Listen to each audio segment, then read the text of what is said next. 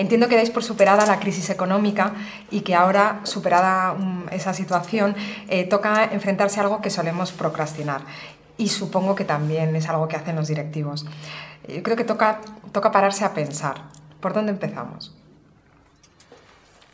Pensar.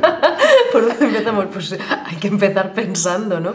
Más que superada la crisis económica, yo creo que es que ya sabemos perfectamente que estamos en una nueva era, en un ciclo completamente diferente donde las reglas del juego son otras y eso demanda de nosotros como directivos, como profesionales, otro tipo de habilidades. Entonces ya no se trata tanto de pensar que dependemos del exterior, sino de poner en marcha nuestras capacidades de creación, que las tenemos. Hay que tener mucha más confianza, trabajar más la seguridad y tener fe en que las cosas salen siempre y cuando nosotros seamos coherentes. Bueno, nuevas actitudes sí, pero también viejas actitudes de las positivas. Simplemente el creer en uno mismo y aspirar a hacerlo mejor, hacer un gran esfuerzo. Siempre hay ciertas constantes en lo que es la acción personal, empresarial y la acción creativa, que aunque seamos el 2015 o el 2115, yo creo que hay ciertas actitudes que siempre perviven. Que no caducan. Eso es. Sí, la persona es el único elemento en una organización que tiene una capacidad de crecimiento irrestricto, ilimitado. Todo lo demás encorseta de algún modo. La crisis yo creo que en cierto modo ha terminado en alguna de sus fases más graves, pero en otras coleará y colea siempre, porque siempre vivimos en cierta incertidumbre. La inteligencia creativa lo que propone es repensar la realidad, repensarnos a nosotros mismos y cómo podemos mejorar contando con ese elemento de crecimiento irrestricto que todos llevamos dentro. Sobre todo lo que se escucha de la necesaria transformación de las organizaciones, ¿qué parte hay de postureo? Mucho. Mucho hoy en día, pero no, hay organizaciones grandes y medianas y pequeñas que están cambiando con éxito, porque los tiempos lo exigen, sobrevivir lo exige. Sin embargo, también hay mucho de boquilla cuando se habla de muchos de los aspectos que estamos tratando ahora. Y entonces hay cambios tecnológicos tan rápidos que personas físicas y jurídicas tienen que estar preparados para encajar el cambio y ser oportunistas en el buen sentido de la palabra para coger el vuelo todas las oportunidades que van a pasar. Es muy importante ahora mismo y hay cambio de paradigma. Y lo que es la clase media clásica de los últimos 50, 60 años, pues tienen ellos mismos, la gente en esa franja o en esa capa de la población, tiene que pensar mucho para ellos y para sus hijos cómo abordar un futuro, este siglo XXI, que una vez que nos sacudamos de encima esta crisis económica, nos va a deslumbrar este siglo. Entonces, pero va a deslumbrar, pero solo los muy preparados van a coger el tren. Todos los demás van a quedar, yo creo, muchos en el andén. El postureo yo creo que viene porque no nos lo terminamos de creer. Yo creo que lo que tendríamos que hacer es hacer, entre comillas, el duelo con lo pasado y darle la bienvenida a lo nuevo. Para ello hay que desprenderse de muchos miedos, hay que tratar de liberarse de muchas creencias y de muchos programas mentales que son los que nos han hecho repetir los mismos comportamientos que sabemos que no funcionan, pero aún así parece que no podemos o no sabemos hacer nada más. Yo creo que todo esto pasa pues, por un acto de reflexión, de pensamiento, como tú muy bien has dicho al principio de la entrevista, pararnos, pensar, recapacitar y no tener la sensación de que con ese tipo de dinámicas o de ejercicios estamos perdiendo el tiempo. Todo lo contrario, estamos invirtiendo en abrir nuestras opciones a lo que viene. Como ha dicho Richard, ¿no? Este siglo es absolutamente apasionante. Sí, hay que aprender a diferenciar entre rutinas y hábitos. Las rutinas conducen a razonamientos paralizantes. Esto siempre se ha hecho así. Quien vive de la tradición nunca desarrolla futuro. Frente a eso están esas actitudes soportadas por esas aptitudes de las que antes hablaba Richard, que permiten crear nuevos escenarios creativos a nivel corporativo y a nivel personal. Yo recuerdo hace tiempo charlando con dos de los supervivientes del accidente de los Andes, que cuando se les preguntaba que por qué habían o cómo habían llegado a salir de la cordillera de los Andes, su respuesta fue porque nadie nos dijo que era imposible. Objetivamente era imposible, pero fueron capaces de desarrollar una inteligencia creativa aplicada para salir de rutinas que les hubieran conducido a la muerte en los Andes. ¿Por qué necesitan las empresas? Ya un poco nos has dado alguna pista, pero ¿por qué necesitan las empresas inteligencia creativa y dónde anida exactamente? La inteligencia creativa anida en nosotros. Anida en todos nosotros. Javier ha dicho una cosa que es muy importante, que son los mensajes de los imposibles. Vamos a pensar un poco en nuestra infancia. Durante nuestra infancia, ¿qué tipo de mensajes escuchamos? ¿Qué tipo de información absorbimos? Los es imposible, lo no puedes, lo no lo intentes. Pasamos a la adolescencia, que es una etapa de la vida complicada, con muchísima presión social, con cambios emocionales, con cambios físicos, y ahí, como no tengamos mensajes alentadores que provengan también del exterior y por supuesto alimentados con nuestro interior, nos colapsan y van cada vez estrechando más nuestro margen de actuación. Llegamos a las empresas y los mensajes que escuchamos, ¿cuáles son? También en muchas ocasiones, pues de intentar cumplir el expediente de la mejor manera posible con el fin de que no nos pillen, ¿no? Hacer un buen papel. ¿Dónde queda la creación? ¿Dónde queda la creatividad? Pues queda en un rincón aparcada, porque lo que más me preocupa es tratar de seguir unas instrucciones al pie de la letra con el fin de no quedar en evidencia. Y mi posibilidad de creación se ve reducida. Llega un momento como este, donde nos piden que saltemos de nuestra pecera a una pecera mucho más grande y nos vemos un poco incapaces, un poco impotentes o imposibilitados debido a todo ese saco de mensajes que llevamos prácticamente desde que nacimos. Por tanto, está en nosotros. Ahora hay que desactivar los obstáculos que la frenan. Bueno, las organizaciones siempre necesitan desde siempre, pero aún no sé que sea una empresa con un crecepelos de verdad, donde se hace una cola desde aquí hasta Shanghái para comprar, pero quitando los productos milagro. ¿Cuántos calvos crees que hay? En China habrá... No sé. Pero vamos, es que hace falta primero, no solo la inteligencia creativa, la inteligencia y la creatividad. O sea, necesita gente muy inteligente. Si una empresa quiere llegar a buen puerto durante muy largo, con longevidad, entonces necesita gente inteligente dirigiendo, por supuesto, y necesita muchísima gente creativa en el sentido de cómo demonios llegar al cliente de la manera más eficiente y eficaz posible y cómo satisfacer sus deseos, sus necesidades de una manera competente, de una manera rentable. Y eso exige creatividad por un tubo, exige mucha inteligencia y muy buen liderazgo en la vértice. O sea, en la vértice de la organización, si hay inteligencia y creatividad, eso va a permear por toda va a calar por toda la organización y también en las acciones de reclutamiento, búsqueda y selección de personal, buscando gente con las actitudes, los perfiles adecuados para que esa empresa sí se dote de inteligencia y creatividad y al final de inteligencia creativa. Si una criatura humana es un conjunto de ilusiones por cumplir. Y eso sirve a nivel individual y a nivel colectivo.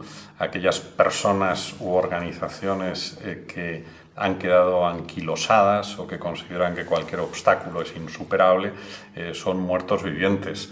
En realidad tenemos que estar viviendo y sembrando ilusiones porque en eso consiste el ser humano.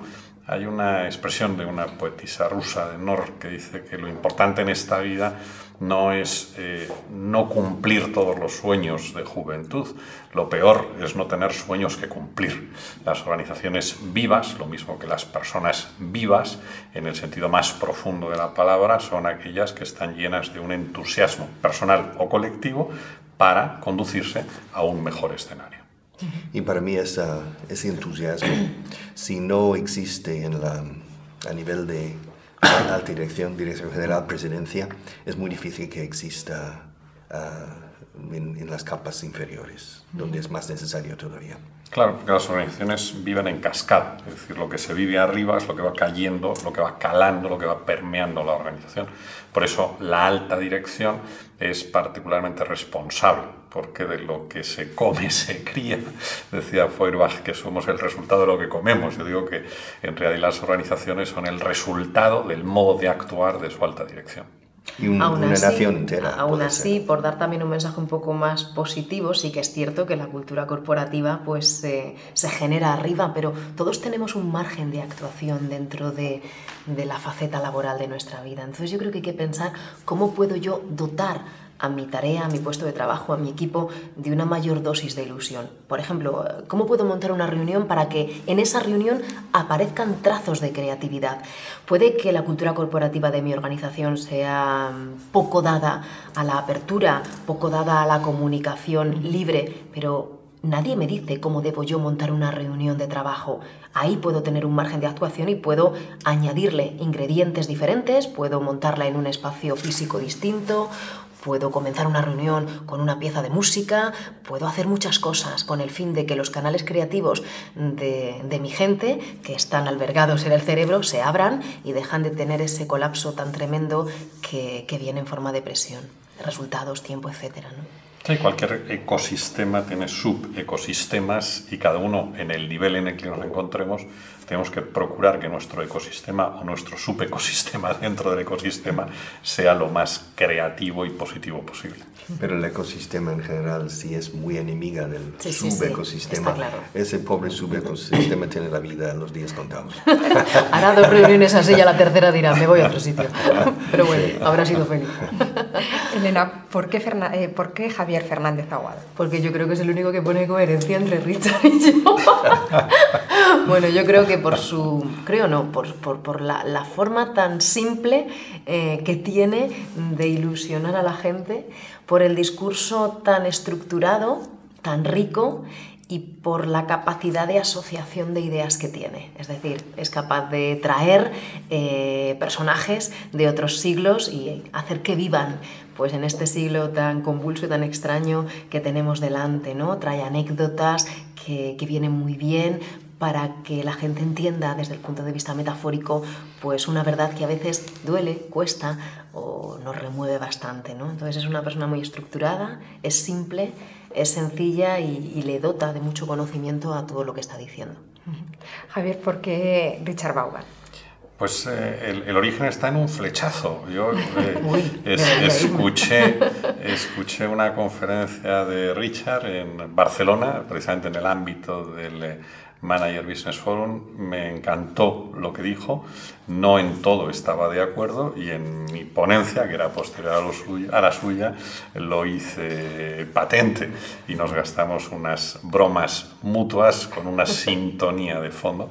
En un almuerzo posterior comentamos que nuestros discursos eran complementarios, que no contradictorios en absoluto, y que sería bueno diseñar algún tipo de trabajo conjunto que sea plasmado en este proyecto. Y Richard, ¿por qué Elena López Casares? Hombre, ¿por qué no? No, porque Elena la conozco desde hace varios años ya y ella tiene una capacidad de comunicación, de conectar con los públicos de una manera sorprendentemente eficaz. Segundo, es del mundo periodístico, pero además de conocer el mundo periodístico muy bien, conoce también el mundo de la psicología, de adultos y sí, sobre todo psicología infantil, pero luego lo incorpora junto con conocimiento muy profundo de las organizaciones y del comportamiento de las organizaciones. Cubre una gama tan amplia, añadiendo a ellos su capacidad de comunicación, que es una elección muy clara. ¿Cómo pueden atraer las empresas a personas creativas? Bueno, siendo creativa. Claro, la ley de la atracción. Obtienes aquello que irradias. Si tú irradias creatividad, irradias apertura, irradias ganas e ilusión, evidentemente esas personas adecuadas te van a llegar por una cuestión de sintonía, porque somos imanes. Pero también puramente en sentido científico de la búsqueda y selección de las personas. Hay que hacer una labor no de ciencia exacta, pero casi, de búsqueda de gente de las actitudes adecuadas y con destello en el ojo, brillo en el carácter, humildad y capacidad de entusiasmarse por las cosas. Un poco de inocencia y hasta ingenuidad a mí me gusta. Entonces, yo prefiero a la gente que peque de ingenuo que de listillo.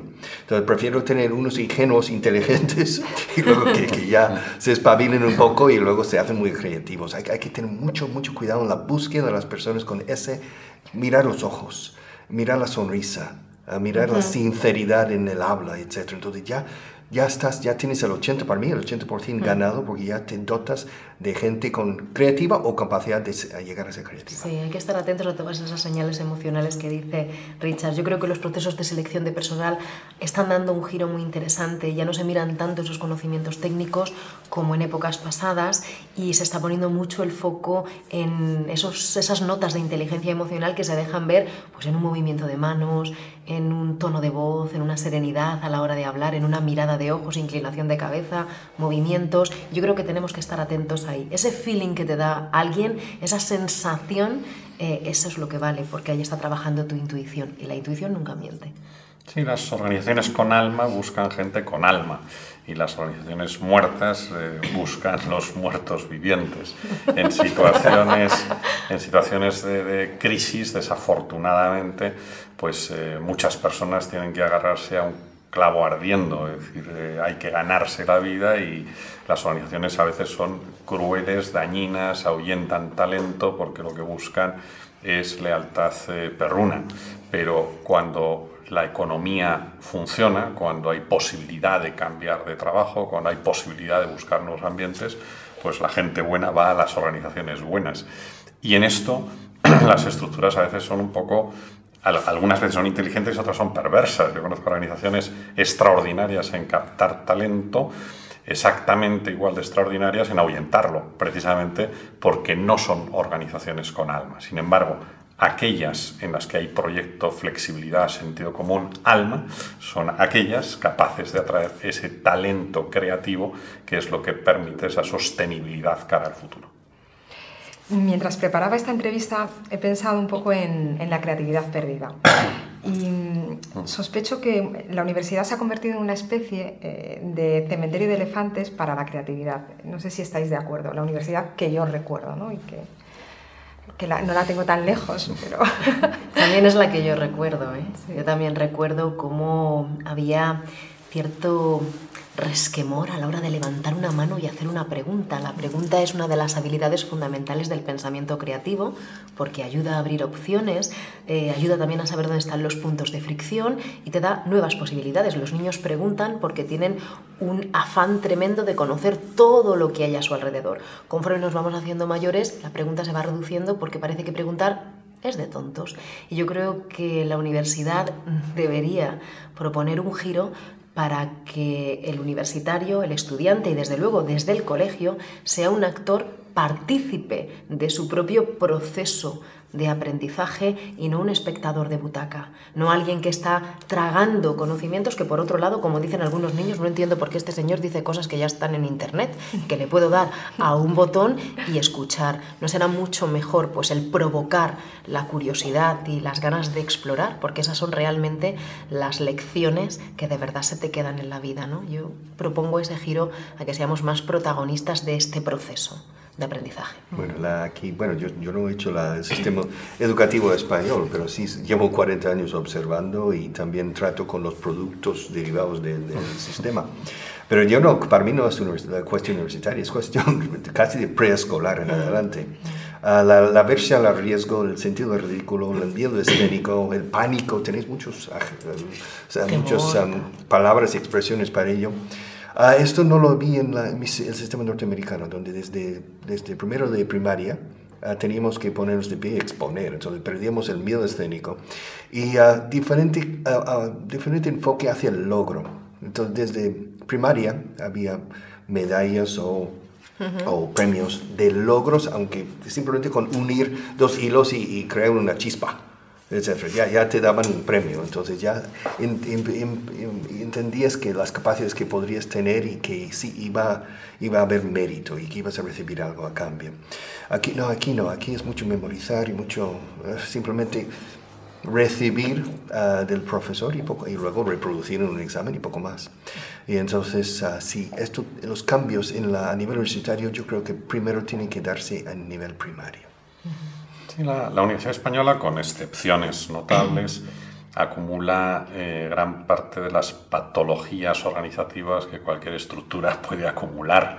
La endogamia, la artrosis Es una pena que haya profesores universitarios que lo que están enseñando son cosas que ellos aprendieron a su vez desde el punto de vista teórico hace 25 años, que son obsoletas desde el punto de vista de mercado, de la realidad, y que sin embargo son presentadas como verdad y hay que memorizar para volver a contarlas. Lo que la Universidad Española necesitaría sería repensarse desde la base, empezando porque tener profesores universitarios que son funcionarios hace que solo aquellos que tengan una altísima motivación, que los hay, se limiten a vivir ya de las rentas de lo ya aprendido.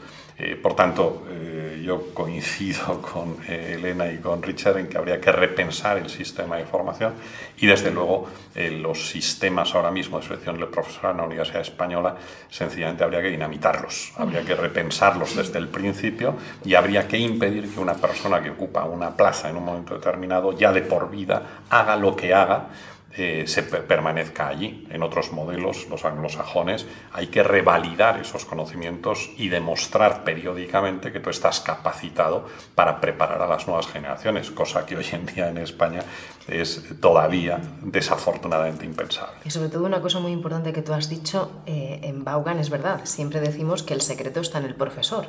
Es decir, no está tanto en la materia, sino en cómo el profesor sea capaz de entregar esa materia. Por tanto, un profesor debería tener dotes de liderazgo porque está guiando, inspirando a un grupo de personas que forman un equipo dentro de un aula. Y además el profesor tiene en sus manos la materia prima y tiene unas posibilidades tremendas de hacer que alguien tenga ese gusto por intentar las cosas o todo lo contrario. Un gesto o una palabra pueden sostener toda una vida o pueden hundirla. No, la labor de un profesor y de un líder en cualquier organización es el catalizador del esfuerzo y de la motivación. Compete al alumno aprender. El profesor no le puede aprender al alumno, entonces, pero sí le compete al profesor hacer que el alumno se motive, se enamore, si es posible, del área de saber en cuestión. Y luego el profesor sí es la persona capaz de cambiar la curva de aprendizaje y cambiarlo de una manera muy radical, si es excelente comunicador y puede entusiasmar y motivar a sus alumnos. Y si vive lo que enseña.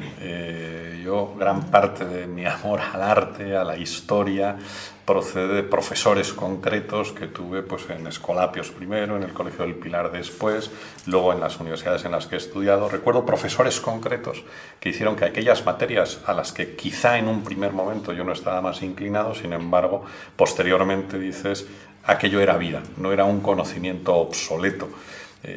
Yo recuerdo de una universidad con la que colaboré unos años que en el departamento de Economía de la Empresa, repito, Economía de la Empresa, gente que o tuviésemos empresa o fuésemos directivos de empresa, de 33 personas, éramos 2. O sea, 31 profesores de Economía de la Empresa nunca, por ningún motivo, habían estado en una empresa, salvo para ir a Eroski a hacer la compra, ¿no? Claro, dices, ¿qué pueden enseñar esas personas de Economía de la Empresa? Es como si un cirujano pretendiese enseñar cirugía sin haber operado nunca. Sería absolutamente incomprensible. Yo recuerdo un cirujano que me operó a mí después de un accidente, que él decía, yo opero cuerpos, no radiografías. Pero para operar cuerpos tengo que haber operado previamente, tengo que haber tenido esas experiencias. Por tanto, hay determinadas áreas específicas, que son casi todas, en las que hay que tener experiencia práctica para poder luego enseñar aquello. Ya para despedir esta agradable conversación que hemos tenido, me gustaría que me dijerais hacia dónde debemos volver la vista para encontrar buenos ejemplos de inteligencia creativa. ¿Hacia dónde debemos volver la vista? Yo creo que cada uno de nosotros tenemos unas personas de referencia que no necesariamente tienen por qué ser personas de la esfera pública. La vista hay que volverla a los núcleos familiares en muchos casos y ver, ¿no?, qué tipo de personas nos han arrastrado positivamente en la vida. Esos profesores que decía Javier, yo también tengo recuerdos maravillosos del colegio, sobre todo, de profesores que me hicieron tener un amor profundo por asignaturas y que incluso aquello era facilísimo, no había que estudiar. Hay que volver ahí. ¿Qué tenía esa persona? ¿Qué capacidad tenía para que pudiera atraer, para que pudiera enganchar a los demás. Hay que volver la vista a los entornos más próximos, más inmediatos, más directos. Yo creo que es ahí donde está la raíz de cada uno de nosotros. Pero también hay que volver la vista hacia adentro y conocer, hacer una especie de, como se dice, autoanálisis para tener muy claro las debilidades, pero sobre todo las fortalezas, y darse cuenta uno que sí los tiene. Y también hay muchos amigos. Yo tengo miles de amigos, que uno se llama Cervantes, otro se llama Shakespeare, otro se llama Platón, que me llevan en sus hombros de un lado a otro. Entonces yo encuentro en muchas fuentes actuales y históricos motivos de inspiración. Y cuando te inspiras con esa ingenuidad que he dicho antes, pues es mucho más fácil sentirse creativo y aspirar a serlo, y cuando aspiras ahí, un poco como la mujer de César, pues acabas siéndolo creativo. Sí, a mí me gusta resumir que cada uno de nosotros somos los amigos que tenemos y los libros que leemos, y de esos amigos, de los vivos y de los difuntos también, pero de los vivos estamos aprendiendo continuamente. Hay gente que dice que en España no hay liderazgo. Yo estoy totalmente en desacuerdo con esa afirmación. Conozco docenas y docenas de directores generales de pymes que son ejemplos extraordinarios de liderazgo. Podría enumerar aquí muchos profesionales que son extraordinarios y que en medio de las dificultades han lanzado proyectos, sacado adelante aventuras. Recientemente yo acabo de llegar de trabajar y de descansar en un gran hotel español donde el director no tiene ninguna otra preparación que su experiencia práctica, y empezó de maletero en ese hotel y ha llegado a ser director, y lo hace de una manera sublime. Ese señor es un líder, nunca ha pasado por la universidad, ni siquiera por el colegio de enseñanza superior, y sin embargo es de un liderazgo extraordinario, ¿no? Y de esto hay muchísimo en España. Lo que pasa es que a veces nos autoflagelamos innecesariamente, olvidando que somos una de las economías punteras y uno de los orígenes de cultura en todo el mundo de referencia, pero a veces solo nos fijamos en lo negativo, y yo creo que tendríamos que ser, no digo optimistas, sino sencillamente realistas. Pues hasta aquí, daros las gracias y desearos muchísima suerte con este fantástico proyecto que nos habéis contado. Pues gracias a vosotros. Muchísimas gracias.